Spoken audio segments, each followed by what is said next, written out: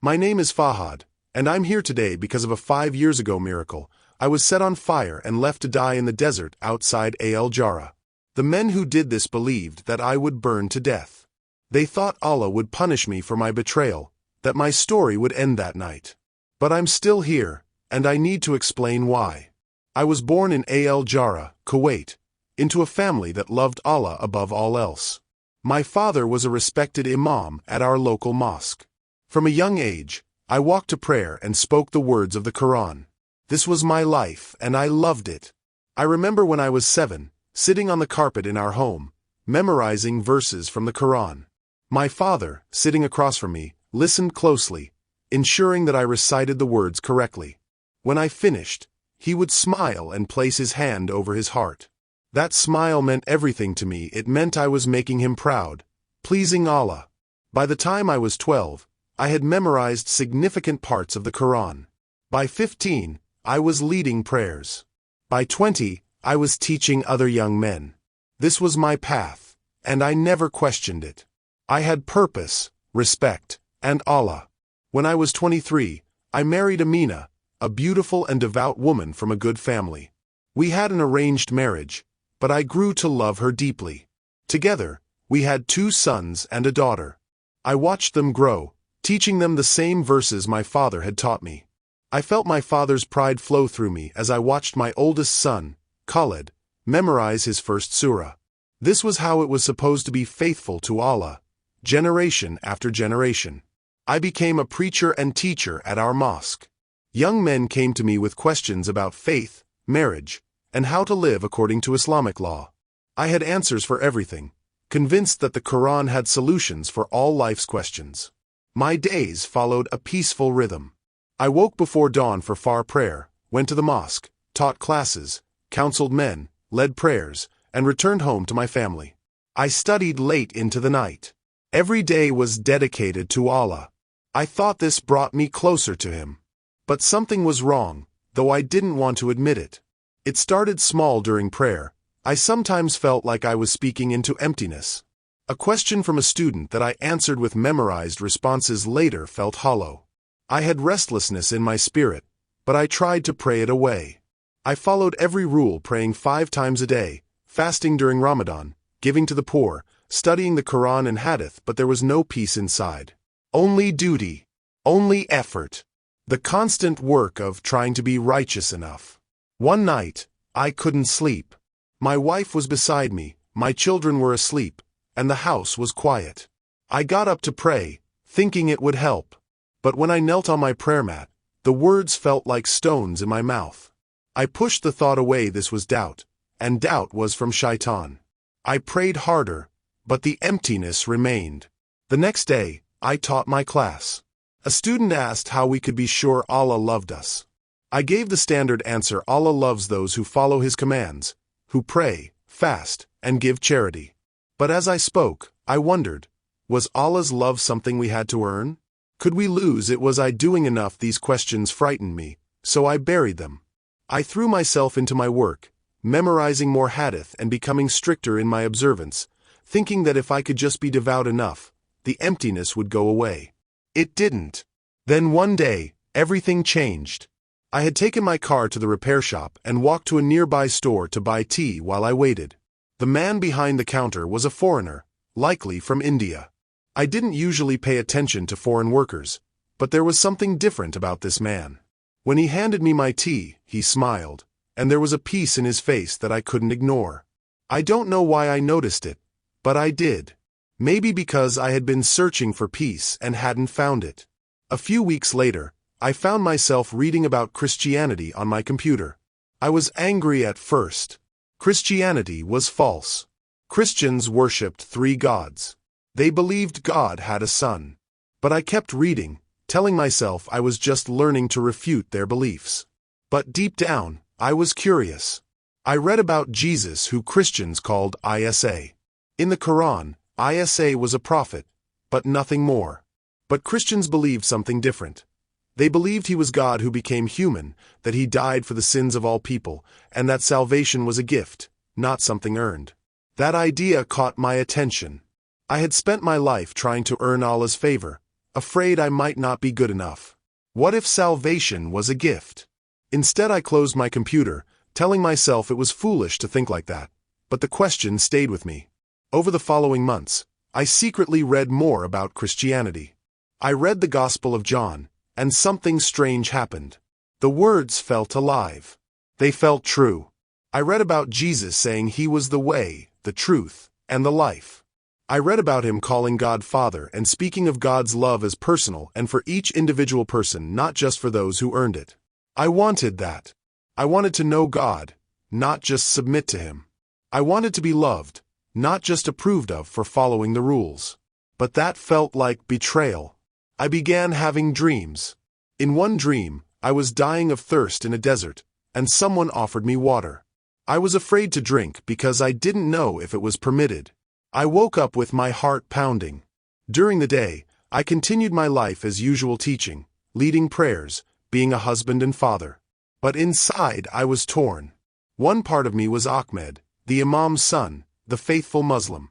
The other part was Ahmed, the seeker, who was reading the Bible and wondering if everything I had been taught was wrong. The internal conflict was exhausting. I tried to ignore it. I prayed harder, memorized more hadith, and became stricter. But nothing helped. The questions grew louder. One day, I was reading about the crucifixion of Jesus. I had been taught that Jesus wasn't really crucified, that someone else died in his place. But as I read the gospel accounts, I believed them. Jesus really died on a cross. And for the first time, I understood why Christians believed he died for sins. He took the punishment we deserved. He did for us what we could never do for ourselves. I sat there crying, realizing I believed it. I believed Jesus was the Son of God, that he died for me, that he was the only way to God. But I knew what this meant. I could never say it out loud. If I confessed my faith, I would lose everything: my position, my reputation, my family, and possibly my life. In Saudi Arabia, leaving Islam was punishable by death. I didn't know what to do, but I couldn't go back. I couldn't know what I now knew. So I prayed, but this time, I prayed like the Christians I had read about. I prayed to Jesus, not using special words or rituals, just speaking from my heart. I told Jesus I believed in him, that I was sorry for my sins, and that I wanted to follow him. And for the first time in months, I felt peace. The next morning, I went through the motions of prayer with my father at the mosque. But inside, I was praying to Jesus.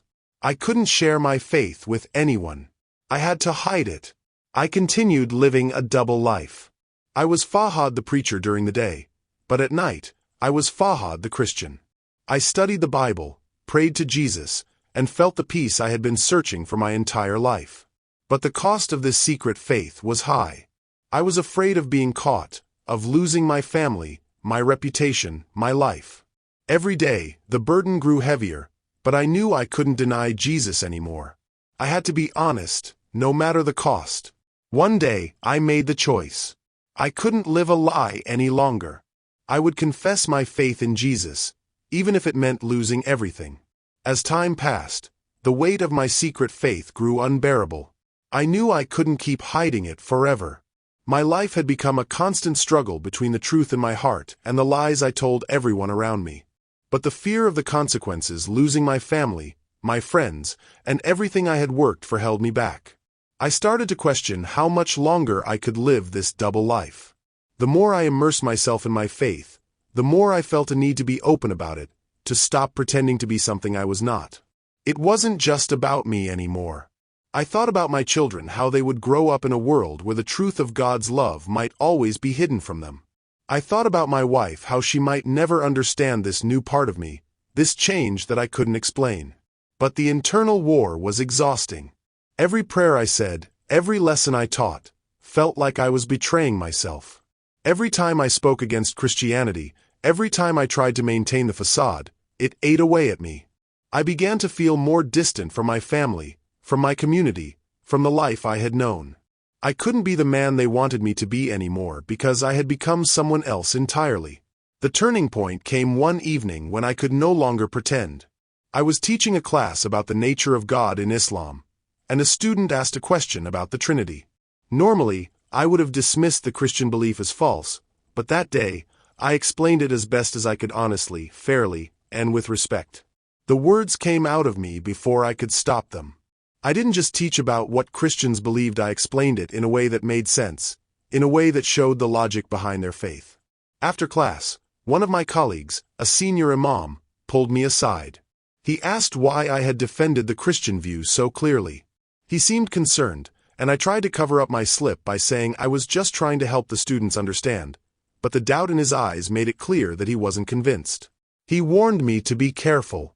The following weeks became a blur of fear and anxiety. My every move felt like it was being watched. I was trying to be more careful, but the pressure of hiding my true beliefs was overwhelming. I began to notice my wife growing more concerned, sensing something was wrong. She asked if I was okay, why I seemed distant. Her words were a reminder of how much I had changed, how much I had withdrawn from those I loved. But I couldn't tell her the truth, not yet. The walls were closing in, and I knew that sooner or later, my secret would be exposed. The day came when it all collapsed. During a meeting with my father, he asked if I was struggling with my faith. He was worried. His voice trembled as he asked if I was questioning my beliefs. I could see the fear in his eyes, the same fear I had seen in the eyes of others when they looked at me. It was a fear of betrayal. I didn't know what to say. The weight of my decision was pressing down on me. I lied. I told him I was just tired, that I was under stress from teaching and work. I told him I was still faithful to Islam. He seemed relieved, but I knew that I had just lied to him, and in that moment, I felt more disconnected from him than I ever had before. But the truth had to come out. I couldn't live with the constant fear and guilt any longer. I couldn't pretend that I didn't believe in Jesus. One night, as I sat alone in my room, I made the decision to tell my wife the truth. I would tell her that I had become a Christian, that I believed Jesus was the Son of God. I didn't know how she would react, but I had to be honest. When I finally told her, she was devastated. She couldn't understand, couldn't accept what I had become. She told me I had destroyed our family, that I had betrayed everything we had built. It was the hardest thing I had ever done. The pain in her eyes, the confusion in her voice, it cut me to the core. She said she couldn't live with someone who had turned his back on Allah. She took the children and left, and I knew at that moment that I had lost them. My family, my world, it was all falling apart. I was left alone, isolated in my beliefs. I knew I couldn't go back to the life I had lived before. I had found something that I couldn't unfind: truth, love, and peace in Jesus Christ. But I had also lost everything in the process. As I sat alone in my home, I realized that the hardest part wasn't just losing my family. It was the realization that I had betrayed them by keeping this secret for so long. I had betrayed the very people I loved the most. I spent the next few days reflecting on the cost of my decision. There was no going back. I had chosen to follow Jesus, and that choice had irrevocably changed my life. But I knew that this was the right path for me. It was the only path. Despite everything I had lost, I felt a peace I had never known before. I don't know what the future holds for me. I don't know if I'll ever be reunited with my family. I don't know if I'll ever be able to share this journey with them. But I do know one thing: Jesus is worth it. He is worth all the pain, all the fear, all the loss. And I know that I am not alone. Jesus is with me. Always. When I read the Bible in secret, I felt like I was breathing after being underwater. When I prayed to Jesus, I felt heard. When I thought about my faith, even though it had to be hidden, I felt joy. It was the strangest combination of fear and joy I had ever experienced. I knew I couldn't live like this forever. Something would have to change. Either I would have to deny my faith in Jesus and return fully to Islam, or I would have to confess my faith and face the consequences. I prayed constantly for wisdom. I prayed for courage. I prayed for a way out. I started to understand what Jesus meant when he said following him meant taking up a cross. I started to understand what it meant to count the cost. I was living that cost every single day. But I also knew deep in my heart that Jesus was worth it. Even if it cost me everything, he was worth it. I just didn't know yet how much everything would actually mean. The months of living this double life changed me in ways I didn't expect. I became more sensitive to the suffering of others. I noticed the foreign workers in a new way, wondering if any of them were Christians, wondering if they were praying for me without knowing it. I saw the strictness of our religious system differently now. The rules that I had once enforced with pride now felt like chains. I watched my daughter, only 5 years old, learning her prayers, and my heart ached. What future awaited her in this system? What if she one day had questions like I did? Would she have to hide them too? But even more than the changes in how I saw the world around me, I felt changes in my relationship with God. When I prayed to Jesus, it felt like conversation, not ritual. I could tell him about my fears. I could confess my failures. I could ask for help, and I felt heard. I had never felt that in all my years of Islamic prayer. Those prayers had been about me proving my devotion to Allah. These prayers were about Jesus loving me despite my weakness. It was completely different. I started to understand grace not as a concept but as a reality. I was living every day as a hypocrite, teaching Islam while believing in Jesus. And yet I knew Jesus had not abandoned me. He had not rejected me for my cowardice. He was patient with me, waiting for me to find the courage I needed. This grace both comforted me and convicted me. If Jesus could forgive me for denying him daily, how could I keep doing it? I had been a secret believer for almost a year when things started to fall apart. It began with my teaching. I found it harder and harder to teach against Christianity with the passion I had once had. I found myself being softer in my language, more fair in my representation. Some of the other teachers noticed. One of them mentioned it to me, saying I was being too sympathetic to the Christians. I tried to correct course to be harder in my teaching, but my heart wasn't in it. Then I made a mistake. I was teaching a class about the nature of God, and a student asked about the Trinity. I explained what Christians believed, and I did it too well. I explained it in a way that made sense, not in a way that made it sound ridiculous. Another teacher was visiting that day. He heard my explanation. After class, he pulled me aside and asked me why I had defended the Christian position so eloquently. I told him I was simply trying to help students understand what Christians actually believed so they could better refute it. But I could see doubt in his eyes. From that day on, I felt watched. I became more careful. I stopped teaching with as much passion. I tried to blend in to be unremarkable. But this also drew attention because I had always been passionate before. The paranoia grew worse. Every glance felt like suspicion. Every conversation felt like a test. I started second-guessing everything I said, analyzing it afterward, wondering if I had revealed too much. At home, my wife asked me more than once what was wrong. She said I seemed distant. She said the children missed the father I used to be, the one who played with them and told them stories. She was right. I had withdrawn from them partly because I was so exhausted from pretending and partly because I felt guilty. I was living a lie and they didn't know it. The guilt was crushing sometimes. These were good people, my family, my community. They loved Allah sincerely. They thought they were following the truth. And here I was lying to them every day, pretending to be one of them while secretly believing they were wrong. But I also knew that if I told them the truth, they would feel duty-bound to report me. In our society, loyalty to Allah came before loyalty to family. They would see turning me in as an act of love, saving others from my influence and possibly giving me a chance to recant and return to Islam. I was trapped. My father called me one evening and asked to talk. We sat in his study and he asked me directly if my faith was strong. He said some people had concerns. He said I seemed troubled. He asked me to reassure him that I was still faithful to Islam. I looked into my father's eyes. The man who had taught me everything I knew about faith. The man whose approval I had always sought. I saw love there. But I also saw something else. I saw a man who would choose Islam over his own son if he had to. I saw a man who had dedicated his entire life to serving Allah, who would see my conversion not as finding the truth, but as the worst kind of betrayal. And I lied. I told him my faith was strong. I told him I was just stressed and tired. I told him he had nothing to worry about. He seemed relieved. He put his hand on my shoulder and prayed for me, asking Allah to strengthen me. I wanted to tell him the truth. I wanted to tell him about Jesus. I wanted him to know the peace I had found. But I knew he would never understand. I knew it would break his heart and destroy our relationship. So I said nothing. But the walls were closing in. I knew it was only a matter of time before someone discovered my secret.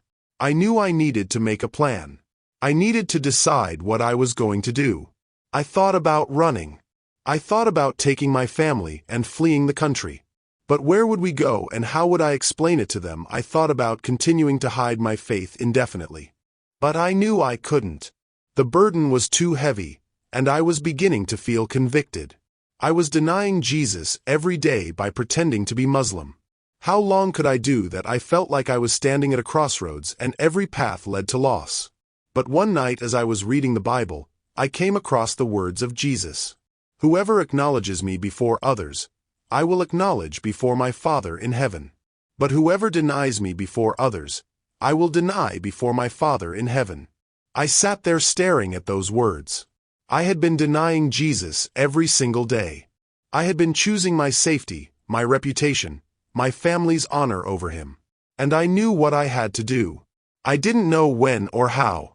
But I knew that eventually I would have to confess my faith openly. I would have to tell the truth even if it cost me everything. I prayed that night with tears streaming down my face. I asked Jesus for strength. I asked him to prepare me for what was coming.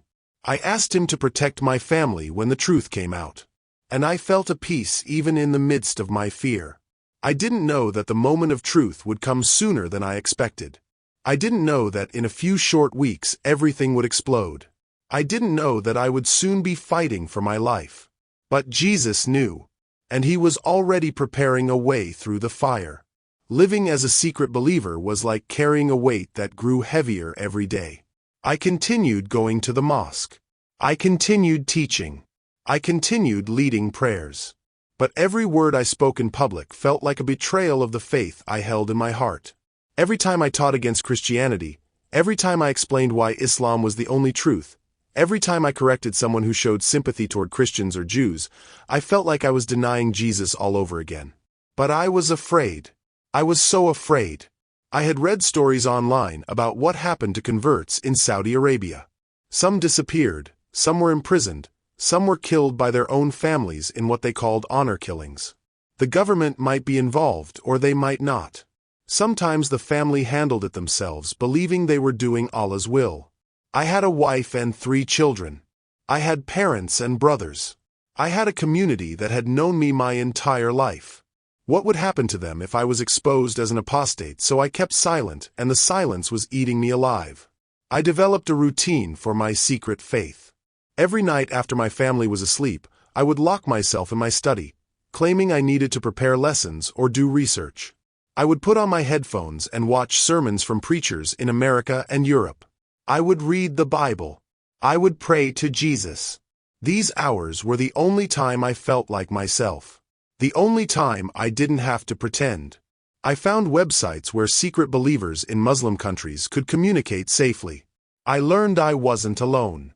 There were others scattered across the Middle East living the same double life I was living. We couldn't meet. We couldn't use our real names, but we could encourage each other. One man somewhere in Iran told me he had been a secret believer for 7 years. 7 years. I couldn't imagine enduring this for 7 years. Another woman, I think she was in Pakistan, said she prayed every day that God would make a way for her to leave the country. She had been waiting for 3 years. Their stories both comforted and terrified me. Comforted because I wasn't alone. Terrified because I saw my future in their present. Years of hiding. Years of fear. Years of waiting for a freedom that might never come. I started researching how to leave Kuwait. It wasn't simple. Men had more freedom than women. But I still couldn't just leave without reasons and permission. And even if I could get out, where would I go? How would I support my family? What would I tell them? I fantasized about it. Sometimes I imagined taking my wife and children to another country, telling them the truth once we were safe, hoping they would understand or at least not report me. But it was just a fantasy. My wife was as devout as I had been. She would never leave Kuwait by choice, and she would never understand my conversion. The only way forward I could see was to leave alone. To abandon my family to become the kind of man who deserts his wife and children. I couldn't do it. I couldn't become that person. So, I stayed and the pressure continued to build. At the mosque, I became quieter. I used to be one of the more outspoken teachers, passionate in my lectures, forceful in my arguments. But now, I tried to blend into the background. I taught when I had to, but without enthusiasm. I participated in discussions, but minimally. The other teachers noticed. Of course, they noticed. One afternoon after a meeting of the teaching staff, one of my colleagues, a man named Ibrahim, who had known me since you were young, asked to speak with me privately. We went to a small room in the mosque and he closed the door. He looked at me with concern and asked what was happening with me. He said I had changed. He said I used to be on fire for Allah, but now I seemed cold. He asked if I was struggling with doubt. My heart started racing. This was the question I had been dreading. I forced a laugh and told him I was just tired. My children were demanding. My wife needed attention. I was working too hard. All the usual excuses. He didn't look convinced. He studied my face for a long moment, then said something that sent ice through my veins. He said doubt was like a disease that it could spread if not treated quickly. He said if I was struggling, I needed to seek help from the senior imams. He said they could guide me back to certainty. I nodded. I thanked him for his concern. I promised I would seek guidance if I needed it. But we both knew what he was really saying. He was warning me. He was telling me that people were watching. He was telling me to be careful. I went home that day, shaking. That night, I couldn't sleep. I lay in bed next to my wife, listening to her breathing, and I knew the walls were closing in. It was only a matter of time before someone's suspicion turned into investigation.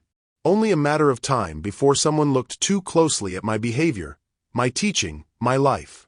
I got up and went to my study. I knelt on the floor and prayed to Jesus. I told him I was afraid. I told him I didn't know what to do. I told him I felt trapped. And as I prayed, I felt a conviction growing in my heart. I couldn't keep living this lie. I couldn't keep denying Jesus to save myself. I had to tell the truth, whatever the cost. But who would I tell first? I didn't have answers, but I knew the day was coming when I would have to choose. Deny Jesus and live, or confess him and face the consequences. The decision was becoming clearer, even though I didn't want to face it. In the meantime, I tried to be more careful. I stopped participating in online forums for secret believers, afraid someone might trace my internet activity. I deleted my Bible app and started using a website instead, always in private browsing mode. I was more guarded in my teaching, making sure never to say anything that could be interpreted as sympathetic to Christianity. But the more careful I became, the more exhausted I felt. I was constantly calculating, constantly monitoring my words and actions, constantly afraid of slipping up. My wife noticed my stress. She suggested I take time off from teaching. She said maybe I was burning out. She was trying to be helpful, but her suggestion filled me with dread. If I took time off, I would have more time at home, more time under her watchful eye, less excuse to lock myself in my study at night. I told her I couldn't take time off. The mosque needed me. The students depended on me.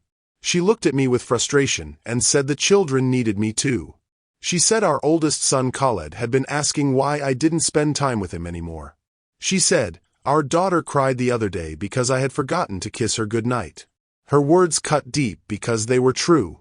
I had become so consumed with hiding my faith and managing my fear that I had neglected the people I loved most. I tried to do better. I started making time to play with my children in the evenings. I took Ahmed to the park on Fridays. I helped my daughter with her homework. I talked with my wife more. Ask about her day, listen to her concerns. It helped a little. My family seemed happier, but I felt like an actor playing a role. Everything I did felt false because the biggest truth about me was hidden from them. One Friday evening after we had eaten dinner together as a family, Ahmed asked me to teach him more about the Quran. He was 10 years old, eager and bright. And he looked up to me the way I had once looked up to my father. I felt sick. How could I teach him something I no longer believed? How could I guide him down a path I had left? But what choice did I have? I couldn't tell him the truth. So I sat with him and taught him the verses he wanted to learn. And the whole time I felt like I was betraying both him and Jesus. That night after everyone was asleep, I wept. I told Jesus I couldn't keep doing this. I told him I was breaking under the weight of it all.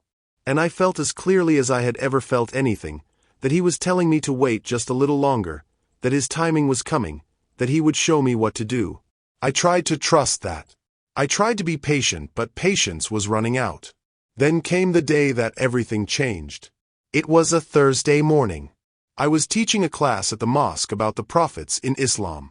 We were discussing Isa Jesus and how Islam honored him as a prophet while rejecting the Christian claims about him. A young man in the class, maybe 20 years old, raised his hand and asked a question. He wanted to know why Christians believed Jesus had to die if Allah could simply forgive sins without sacrifice. It was a fair question, one I had asked myself many times before my conversion. I should have given the standard Islamic answer that Christians had corrupted the truth, that Allah did not need blood sacrifice and that Jesus did not actually die on the cross. But I didn't. Instead, I found myself explaining the Christian perspective honestly. I talked about how sin created a debt that had to be paid. I talked about how justice required punishment, but mercy desired forgiveness. I talked about how Jesus' death on the cross satisfied both justice and mercy, paying the debt while offering free forgiveness. I explained it too well. As I spoke, I realized what I was doing, but I couldn't seem to stop. The truth was pouring out of me after months of being suppressed. When I finished, the room was silent. The students were looking at me strangely. And then I noticed that someone else had entered the room during my explanation. Sheikh Ali, one of the senior imams at our mosque, was standing at the back of the room. He had been listening, and the expression on his face was dark. After class ended and the students left, he approached me. He asked me to come with him to his office. It wasn't a request. We walked through the mosque in silence. My mouth was dry. My hands were trembling. I knew what was coming. In his office, he closed the door and turned to face me.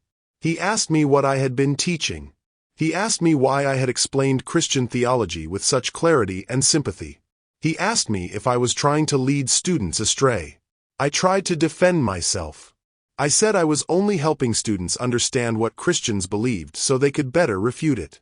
I said I was being thorough in my teaching. He didn't accept my explanation. He said others had come to him with concerns about me. He said my teaching had changed.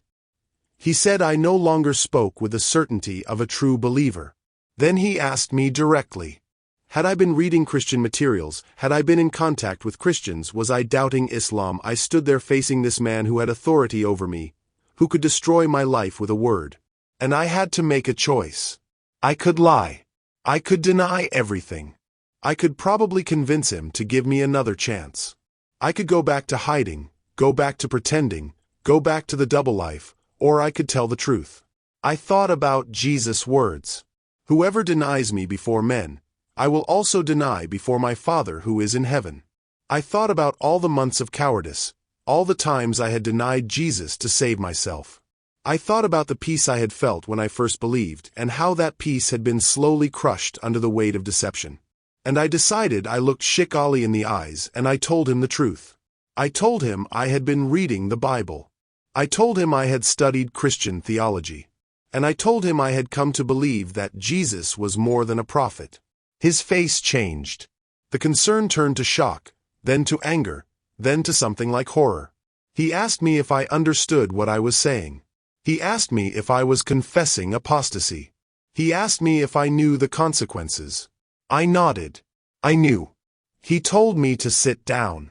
He said he needed to make some calls. He left the room, locking the door behind him. I sat in that office alone, and I knew my life as I had known it was over. I prayed. I thanked Jesus for giving me the courage to finally tell the truth. I asked him to protect my family. I asked him to give me strength for whatever was coming. And I felt that peace again. The peace that had been missing during all those months of hiding. I had finally stopped running. About an hour later, Sheikh Ali returned with 2 other senior leaders from the mosque and my father. When I saw my father's face, my heart broke. He looked like he had aged 10 years in the past hour. His eyes were full of pain and disbelief. They all sat down and they even spared them pain. I told them I understood their concerns. I told them I loved my family. But I also told them I believed Jesus was the Son of God, that he died for my sins and rose from the dead, and that I could not deny him. The room fell silent. My father stood up. He looked at me with an expression I had never seen before. It was not anger. It was something worse. It was grief mixed with disgust. He said I was no longer his son. He said he would have been better off if I had died as a child than to live to see me become an apostate. Then he walked out of the room. I wanted to run after him. I wanted to take back everything I had said. I wanted to fix this, to make him understand, to make him see that I was still his son, that I still loved him. But I couldn't move. I just sat there as the other men talked around me, trying to decide what to do with me. They told me I would be held at the mosque while they contacted the religious police. They said I would be given a chance to recant. They said if I returned to Islam, I might be spared serious punishment. But if I refused, they said there would be consequences. I was taken to a small room in the mosque, a storage room that they locked from the outside. There was no window, just boxes of supplies and cleaning equipment. I sat on the floor in the dark and waited. Hours passed. I didn't know what time it was. I didn't know what was happening outside that room. I prayed. I recited verses from the Bible that I had memorized. I sang worship songs quietly to myself, songs I had heard online from churches in other countries. And I felt Jesus with me in that dark room. I wasn't alone. Eventually, the door opened. 2 men from the religious police came in. They were not unkind, but they were serious. They told me I was being taken for questioning. They put me in a vehicle and drove me to a facility I didn't recognize. I was put in another room, this one with a table and chairs. They asked me questions for hours, the same questions over and over. Why had I left Islam? Who had influenced me? Had I tried to convert others? What did I believe about Muhammad? What did I believe about the Quran? I answered honestly. I told them about my journey, about the questions I had, about reading the Bible, about coming to faith in Jesus. I told them I had not tried to convert anyone, that I had kept my faith hidden until today. They wanted names. They wanted to know if there were other secret believers.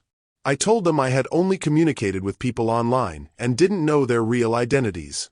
They didn't believe me. They thought I was part of a network. They pressed harder. Finally, they told me I would be held until I agreed to recant. They said my family was being informed. They said I should think carefully about what I was throwing away. I was taken to a detention area. It was not quite a jail, but it was secure. There were a few other men there, but we were kept separate. I didn't know what they had done. I didn't know if any of them were like me. I spent 2 days in that place. They brought me food, but I barely ate. They questioned me again and again, always trying to get me to recant, always warning me of the consequences if I didn't. I slept on a thin mat on a concrete floor. The sounds of other detainees echoed through the halls at night. Some were praying, some were crying, some were silent in a way that was worse than any sound. I wondered if any of them were like me. I wondered how many secret believers were scattered across our country, living in fear, hiding their faith. I wondered how many had been caught and had recanted to save themselves. I wondered if I would have the strength to hold on. During those 2 days, I thought a lot about my family. My wife would have been told something by now. Maybe that I was sick. Maybe that I was being questioned about something. Maybe that I had done something shameful. She would be worried. She would be confused. She wouldn't understand. I thought about my children. Ahmed would be asking where I was. My daughter would be waiting for me to come home. My youngest son was still so small. He probably didn't fully understand I was gone. The pain of knowing I might never see them again was almost unbearable. But I also knew that if I recanted now, If I denied Jesus to save my life, I would be teaching my children that truth could be compromised when it became inconvenient. I would be showing them that faith was only valuable when it was safe. And I couldn't do that. Even if they never knew, I would know. On the third day, they brought in a delegation to speak with me. Religious scholars, leaders from my mosque, and my father. My father wouldn't look at me. The scholars tried one more time to convince me to return to Islam. They were eloquent. They were passionate. They showed me verses from the Quran. They explained the beauties of Islam. They talked about paradise and hellfire. I listened respectfully.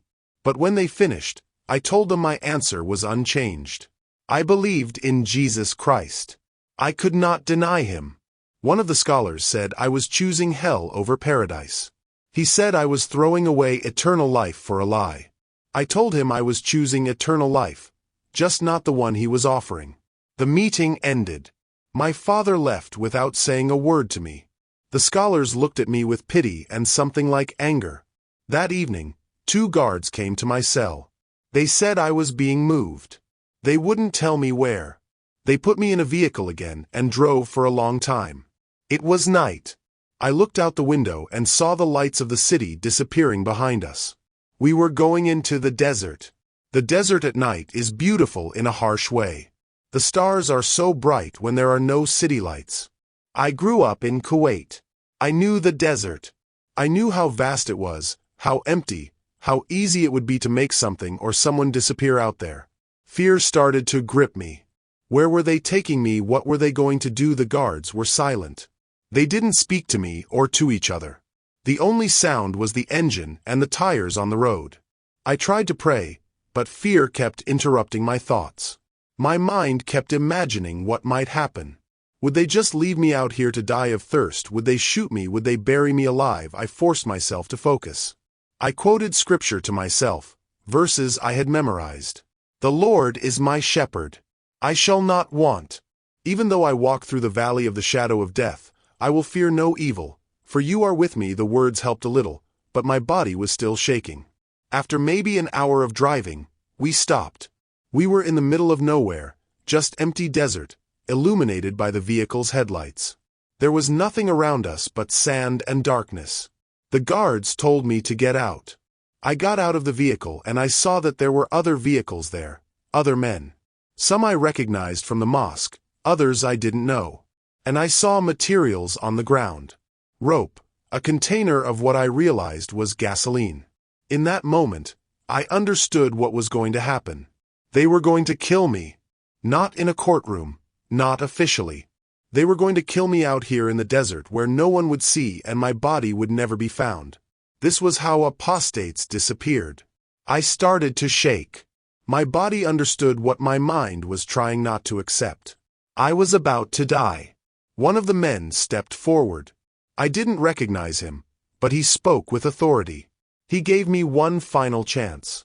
He asked me if I would recant, if I would return to Islam, if I would declare that Muhammad was the prophet of Allah and that Jesus was only a man. My throat was so dry I could barely speak. Every instinct in my body was screaming at me to say yes, to save myself, to live. But I knew if I denied Jesus now after all of this, I would lose more than my physical life. I would lose my soul. I looked at the man and with a voice that shook but didn't break, I said no. I said I was a follower of Jesus Christ. And nothing, not even death, would make me deny him. The man's face hardened. He nodded to the others. They grabbed me. They bound my hands behind my back. They threw me to the ground. And then they poured gasoline over me. The smell was overwhelming. It soaked through my clothes, my hair, my skin. I was coughing, choking on the fumes. I heard one of them say something about making an example, about showing what happens to apostates, about purifying the land from corruption. I closed my eyes. I prayed. I told Jesus I was coming to meet him. I told him I was sorry for all the months I had denied him. I told him, "Thank you for saving me." I thought of my wife and children. I wondered if they would ever know what happened to me. I wondered if they would be told I had run away, or if they would just be told I had died. I wanted to see them one more time. I wanted to hold them. I wanted to tell them I love them. But I couldn't. This was where my journey ended. I heard the sound of a match being struck. And then I heard someone say, "For Allah," the world exploded into fire and pain. I have tried many times to describe what happened next. I have tried to find words that capture what I experienced. But human language feels inadequate for what I went through that night. Still, I will try because this is my testimony. This is what Jesus did for me. When they pulled me out of the vehicle, my legs almost gave way. The fear was so intense it was physical. I could feel my heart hammering in my chest. My breath was coming in short, shallow gasps. My hands tied behind my back were numb. There were maybe 6 or 7 men standing in the desert. Some of them I recognized. One was from my mosque, a man I had prayed beside for years. Another was someone I had seen at community gatherings. These were not strangers. These were men from my world, and they were here to kill me. The headlights from the vehicles cast harsh shadows across the sand. In that light, I could see what they had prepared. A shallow pit had been dug. Rope lay coiled on the ground, and there was a large plastic container, the kind used for fuel. The night air was cool, but I was sweating. The smell of the desert, usually clean and empty, now seemed thick and suffocating. One of the men stepped forward. I didn't know his name, but from the way the others deferred to him, he was in charge. He was older, maybe in his 50s, with a beard that was more gray than black. His face was hard, but I didn't see cruelty in it. I saw certainty. He believed he was doing the right thing. This made it worse somehow. If he had been cruel, if he had enjoyed this, I could have hated him. But he was just a man who believed he was serving Allah. He asked me one final time. His voice was level, almost gentle. He said, I still had a chance to save myself. All I had to do was recant. All I had to do was declare the Shahada, the Islamic confession of faith. I had already spent a year living a lie. I had already denied Jesus 1,000 times in 1,000 small ways. I couldn't do it again. Not now. Not like this. If I denied him now with death staring me in the face, what would my faith be worth? I looked at the man. My voice came out barely above a whisper, but it was steady. I said no. I told him I was a follower of Jesus Christ. I told him Jesus died for my sins and rose from the dead. I told him nothing would make me deny that truth. For a moment, no one moved.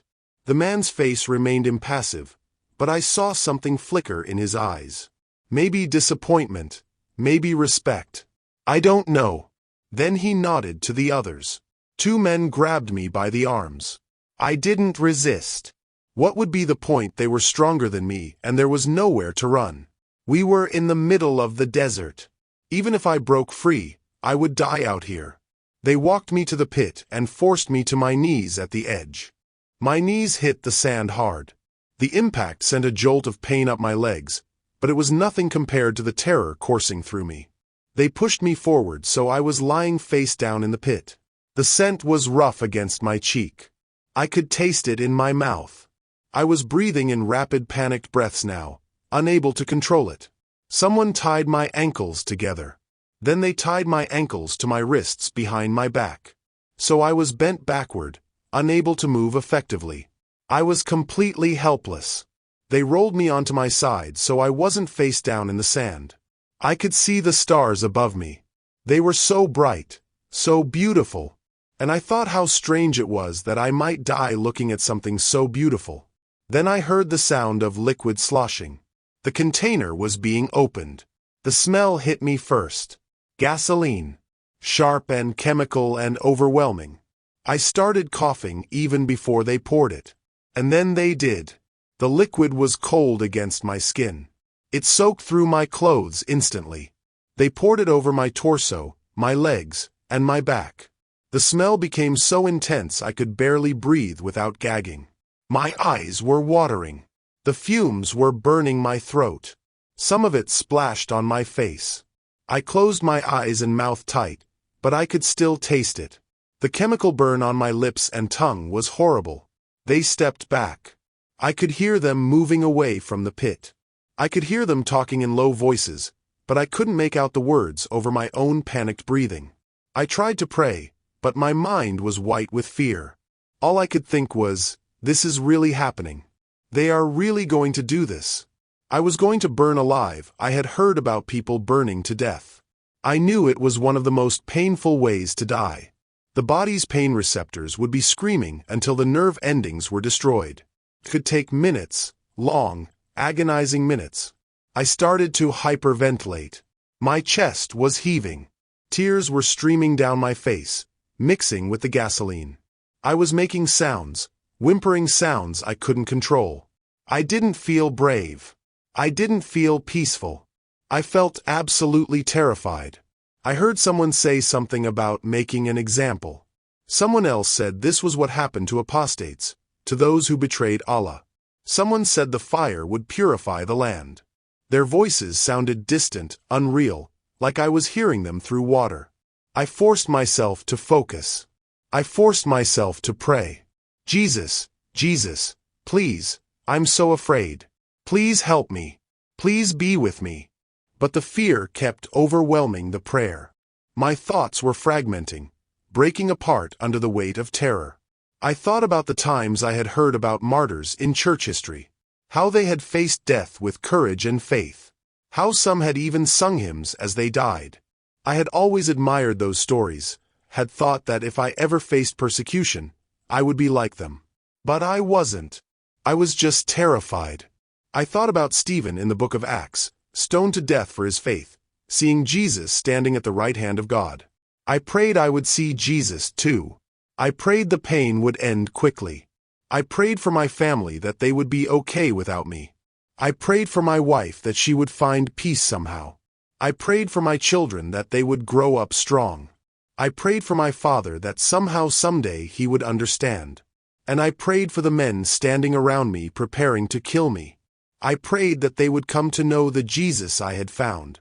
I prayed they would discover that same peace, that same truth. Even now, even as they were about to burn me alive, I couldn't hate them. They thought they were serving God.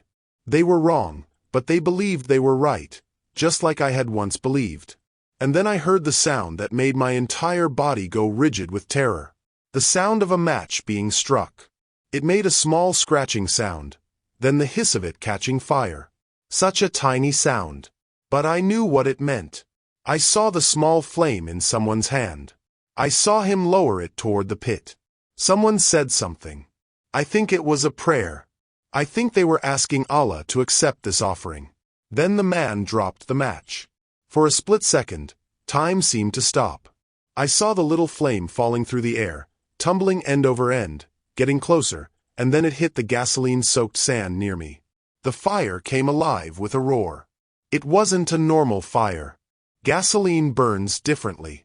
It's fast and hungry and hot. The flames were blue and orange, and they spread across the pit in an instant. The heat hit me like a physical blow. My clothes caught fire immediately. I felt the flames touch my skin and the pain. Oh God, the pain. There are no words for that kind of pain. It was beyond anything I had ever experienced or imagined. It was like every nerve in my body was shrieking at once. My skin was burning. My flesh was burning. I screamed. I couldn't help it. The scream tore out of my throat, raw and animal. I had never made a sound like that before. I could smell my own flesh burning. That's a smell you can never forget. Sweet and sickening and wrong. The flames were spreading across my body. My shirt was gone in seconds, just ash. The fire was eating through my pants. My skin was blistering and splitting and charring. I couldn't think. I couldn't pray. There was only pain and fire and terror. I thrashed against my bindings, but I couldn't move. I was tied too tightly. All I could do was writhe in agony as I burned. I remember thinking, this is it. This is how I die. Please God, let it be over soon. Please. My screaming had become continuous. I didn't even realize I was doing it. My body was just trying to express the agony, but there was no way to express it adequately. The heat was unbearable. The air itself seemed to be burning. I couldn't breathe without inhaling flame and smoke. I was choking, coughing, still screaming. I could hear the men talking, but their voices seemed very far away. I couldn't understand what they were saying. Nothing existed except the fire and the pain. This went on for what felt like an eternity, but was probably less than a minute. A minute that contained more suffering than I had experienced in my entire life. And then something happened. I don't know how to explain it. I don't know how to make you understand. The fire didn't go out. Not yet. But I felt something.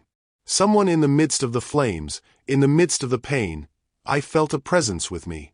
It was as real as the fire, as real as the agony, as real as anything I had ever experienced. More real, actually. I felt arms around me, though I couldn't see them.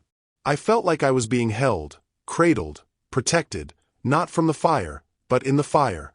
With me in the fire. It was like I wasn't alone anymore. Like someone had stepped into the flames with me, the way Jesus stepped into the fiery furnace with Shadrach, Meshach, and Abednego all those centuries ago. The pain didn't stop, but somehow, impossibly, it became bearable. Not because it was less intense, but because I wasn't carrying it alone. And then I heard a voice, not with my ears, not a sound that traveled through the air. Deeper than that in my soul, in that place where thought becomes knowing, where the deepest truths register. It said, "You are mine and I am with you." The voice was calm. It was strong. It was full of a love so vast and so personal that even through the pain and the fear, I felt it overwhelm me. This was what I had been searching for my whole life. This presence, this love, this certainty that I was known completely and loved anyway, that I belonged to someone who would never let me go. And I knew it was Jesus. He was there in the fire with me. The same Jesus I had read about in secret. The same Jesus I had prayed to in the darkness of my study. The same Jesus I had confessed even when it meant losing everything. He hadn't abandoned me. He was right there with me in the worst moment of my life. I don't know what happened next. I can't explain it. The doctors I saw later couldn't explain it either. The fire went out. Not slowly, not gradually. It just stopped. One moment I was burning, engulfed in flames. The next moment the fire was gone. I was still lying in the pit. I was still tied up, but the flames were gone. There was smoke rising from my clothes, from my skin, but no fire. I could hear the men shouting. They sounded shocked, confused, maybe frightened. I heard someone say something about Allah's judgment, about a sign. I heard someone else say this wasn't possible, that gasoline fires didn't just go out. I was still in terrible pain. My skin felt like it was still burning even though the flames were gone. Every breath hurts, moving hurts, existing hurts. But I was alive. I shouldn't have been. But I was. The men were arguing now. I could hear them clearly even though I couldn't see them well. My vision was blurred from smoke and tears and trauma. One voice, young and shaking, said, "This was a sign from Allah." He said, "Maybe they were wrong. Maybe they should let me go." Another voice, older and harder, said, "This changed nothing. I was still an apostate. I had still rejected Islam. The fire going out didn't change what I had done." A third voice, the one that had led them, spoke over the others. He sounded uncertain for the first time. He said they needed to leave. Something had gone wrong. This wasn't how it was supposed to happen. They needed to go before someone came. Someone asked what they should do about me. There was silence. Then the leader said to leave me. I was badly burnt. I was tied up. I was in the middle of the desert. I would die out here anyway. It was almost merciful, his logic. Let the desert finish what the fire had started rather than trying again themselves.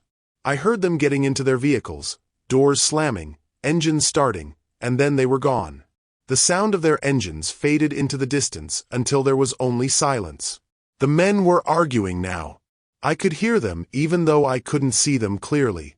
My vision was blurry, maybe from the smoke and tears, maybe from the trauma my body had just endured. Some of them sounded afraid. The fire had just gone out on its own, and they didn't understand it. They had seen something they couldn't explain. One voice rose above the others. It was the older man who had led this. He was saying they needed to leave. He was saying something had gone wrong. He was saying they needed to go now. I heard engines starting. I heard vehicles moving. The sound was getting farther away. They were leaving me. I lay there in the pit, bound and burned, listening to them drive away.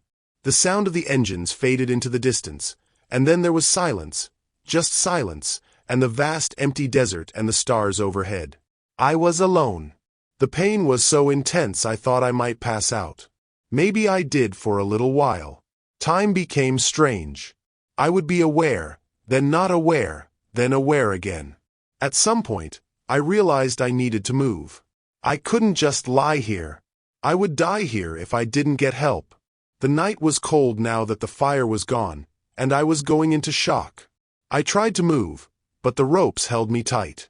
Every movement sent fresh waves of agony through my burned skin. I bit down on my lip to keep from screaming again. I tasted blood.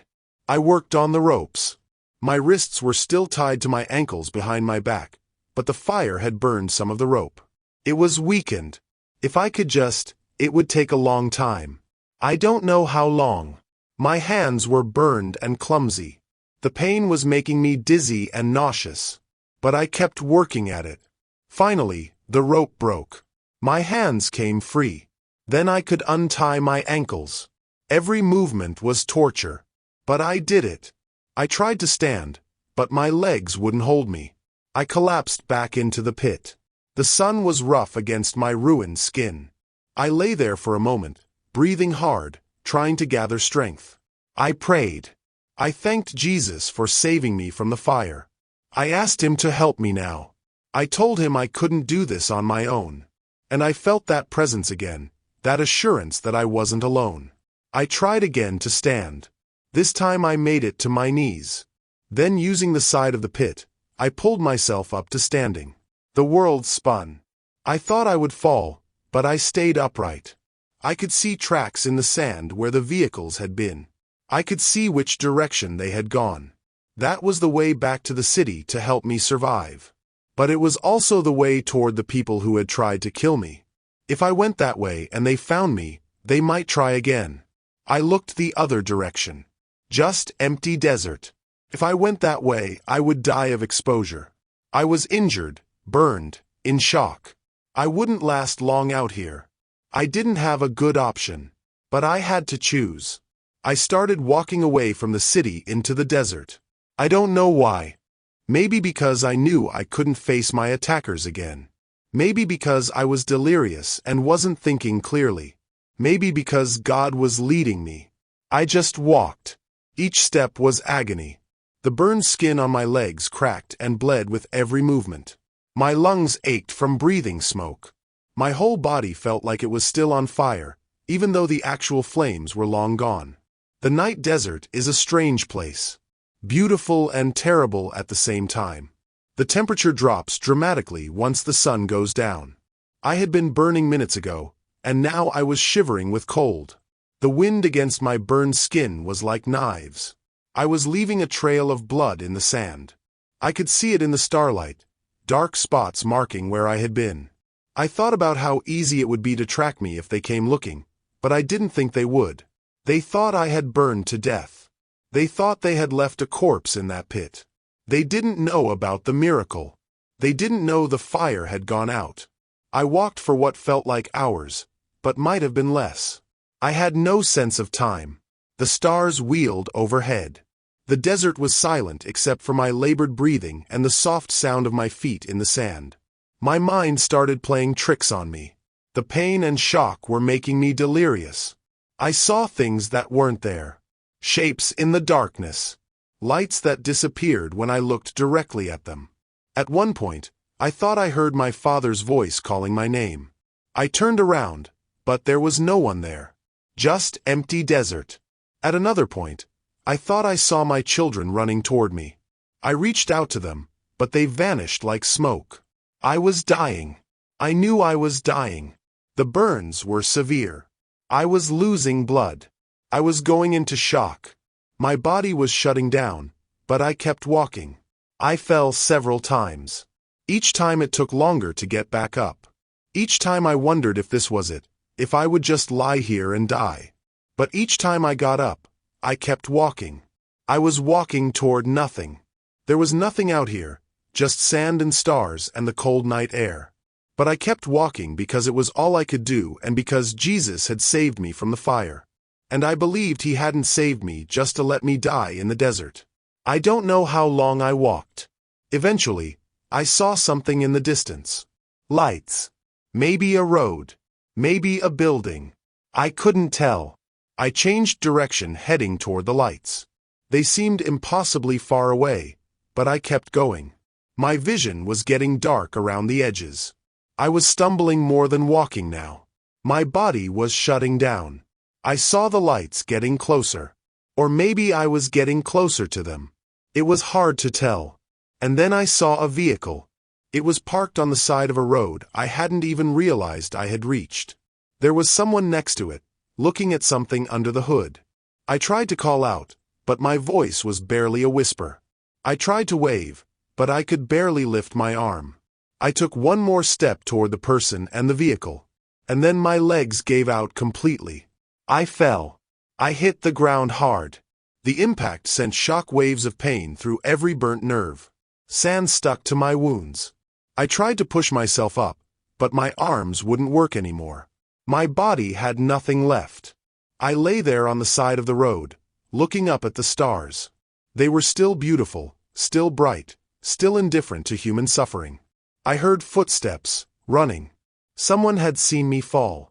A face appeared above me. A man young with dark skin and wide shocked eyes. He said something in a language I didn't understand, not Arabic, maybe Tagalog or Hindi, one of the foreign workers. He knelt beside me and I saw his expression change from shock to horror as he saw my burns in the light from his vehicle. He was talking rapidly, maybe to me, maybe to someone else. I couldn't understand him and couldn't respond. My throat was too damaged from screaming as smoke. But I saw him pull out a phone. I saw him making a call. I saw genuine concern and compassion on his face as he looked at me. This stranger, this foreign worker who I would have barely noticed a year ago, was trying to save my life. He took off his shirt and tried to cover me with it to keep me warm or to protect my burns from the dirt and wind. The fabric touching my skin hurt, but I couldn't tell him. I couldn't speak. I heard sirens in the distance. The ambulance was coming, or maybe the police. I didn't know which, and part of me didn't care. I was just so tired. The man stayed with me. He kept talking even though I couldn't understand. I think he was praying. I think maybe he was a Christian. I don't know. But his presence comforted me.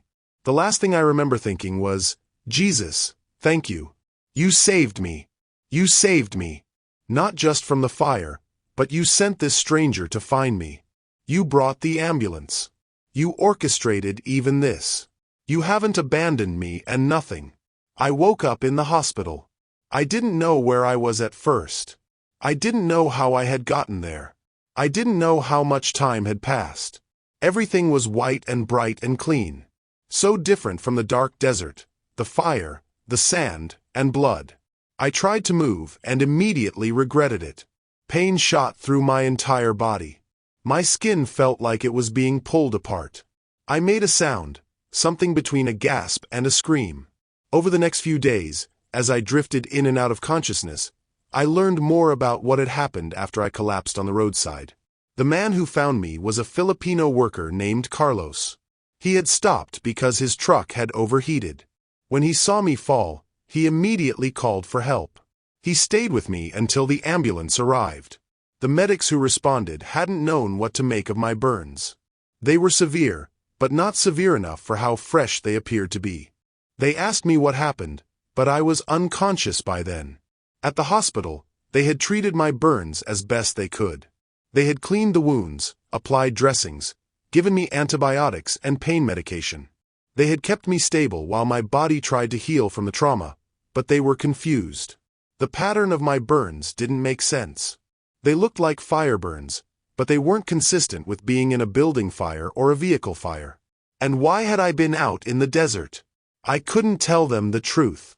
If I told them I had been burned for apostasy, For leaving Islam, they would have to report it. I began to understand that God had saved me for a reason. I was alive when I should be dead. I had survived when there was no natural explanation for my survival. God had a purpose for me. He had a plan. But understanding that intellectually didn't make the day-to-day reality easier. I still struggled. I still hurt. I still grieved. Some days were better than others. Some days I would wake up and feel grateful to be alive. Grateful for my new Christian family. Grateful for the freedom to worship Jesus openly in our small gatherings. How could I explain to children so young why their father had chosen a different God, so I prayed for them instead. Every morning and every night, I prayed for their safety, their health, their happiness. I prayed that somehow, someday they would understand, that they would come to know Jesus too, that we would be reunited, if not in this life, then in the next. Those prayers were often the only thing that kept me going. I also had to grieve what I had lost. I thought about my children constantly. I wondered what they were being told about me. Even with all the pain, all the loss, all the suffering, I wouldn't go back because I know Jesus now. I've experienced His love, His presence, His faithfulness, and that's worth everything. So why am I telling you all of this? Why am I sharing such a painful personal story with the world? Because it's not about me. It's about Jesus. It's about what He can do. It's about who He is. It's about how much He loves us. If He loved me enough to save me from that fire, He loves you enough to save you from whatever you're facing. If He was faithful to me in my darkest moment, He'll be faithful to you in yours. The message of my story is simple. Jesus is real. He saves, and He is worth following no matter the cost. That's the message I lived for. That's the message I was willing to die for. And that's the message I'll keep proclaiming for as long as I have breath. The fire couldn't consume me because God wasn't finished with my story. He had more for me to do. He had this testimony for me to share. And now you've heard it. The question is, what will you do with it if you are being persecuted? Will you hold on to Jesus if you're a secret believer? Will you trust that God has a plan if you're a comfortable Christian? Will you wake up and help your suffering brothers and sisters if you're a Muslim searching for truth? Will you investigate Jesus if you're a skeptic? Will you at least consider that this might be real? What will you do with this testimony? Because it's not just a story. It's an invitation. An invitation to know the Jesus I know. To experience the love I've experienced. To find the truth I found. He's waiting for you with open arms. Ready to forgive. Ready to save. Ready to transform your life. All you have to do is come to Him. Believe in Him. Trust Him.